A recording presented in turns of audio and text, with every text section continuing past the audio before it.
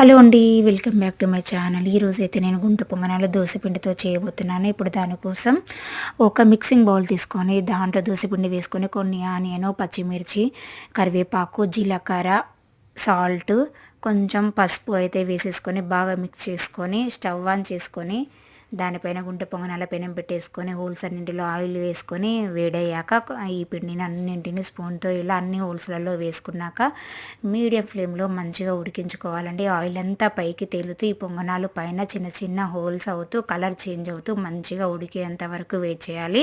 చూడండి, ఇవైతే రెండో సైడ్ అయితే టర్న్ చేసుకొని రెండో సైడ్ కూడా అదే విధంగా పిండి ఏమీ లేకుండా మంచిగా ఉడికే విధంగా ఒక 5 మినిట్స్ అయితే ఫ్లేమ్ మీడియంలో పెట్టి బాగా ఉడికించుకోవాలండి. ఇవి ఈజీగా మూవ్ అయితే ఏంటంటే పొంగనాలు రెడీ అయిపోయినట్టు. ఇప్పుడు వీటన్నింటిలోని వేరే ప్లేట్లోకి పల్లి చట్నీతో సర్వ్ చేసేసుకుంటే పొంగనాలు అయితే రెడీ అయినట్లే అండి.